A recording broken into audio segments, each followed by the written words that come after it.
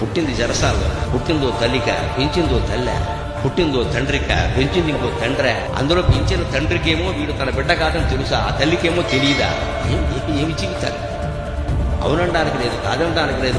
బతుకంతా యుద్ధాలే. నరకాసుడితో యుద్ధం, సౌభగుడు అనేటువంటి వాడితో యుద్ధం, శిశుపాలుడితో యుద్ధం, మహాభారత యుద్ధం. ఈయనకి సంబంధం లేదు. 18 రోజులు బొడ్డు చాకిరీ చేస్తే అక్కడ తర్వాత ఈ ధర్మరాజులు గారు మరి మహాపతివ్రత గొప్ప శీలవతి శపించింది. 100 మంది కొడుకులు పోయారు. కారణం ఎవరైనా కానీ నేను కాకపోవచ్చు, కానీ ఆవిడ శపించింది. పతివ్రతల గౌరవం నిలపాలి కదా. శీలవతులు దేశంలో ఉండాలంటే వాళ్ళ మాట నిలబడాలి కదా. అటువంటి శీలవతుల మాట నేను పాటించకపోతే ఎవరు పాటిస్తారు ఇక్కడ అని శ్రీకృష్ణుడు కొంగు చాపి ఆ శాపాన్ని భరించాడమ్మా.